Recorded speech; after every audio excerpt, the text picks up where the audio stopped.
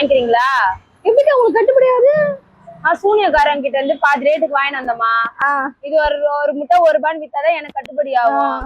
என்னோட குலசாமி பேரு வந்து கருமாரி அம்மா, நாங்க கும்பிடுறோம். என் வீட்டுக்கார பேரு மாரிமுத்து.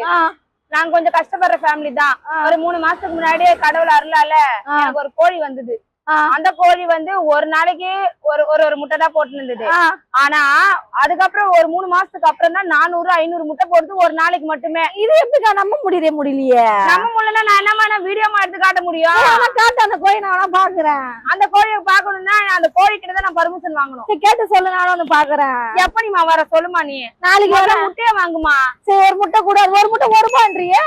ஆமா, ஒரு ஆளுக்கு 1 முட்டை தானா? ஒரு ஆளுக்கு 1 முட்டை மட்டும்தான். இது எப்படி? ஆமா, ஒரு ஆளுக்கு 1 முட்டை தான். என்னமா